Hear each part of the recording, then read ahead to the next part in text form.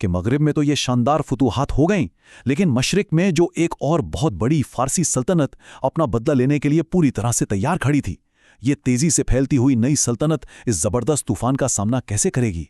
اس suspense کے ساتھ ہم آج کا یہ تفصیلی جائزہ یہیں ختم کرتے ہیں۔ یہ کہانی آگے کیا رخ لیتی ہے، یہ جاننے کے لیے اگلی قسط کا انتظار کیجیے گا۔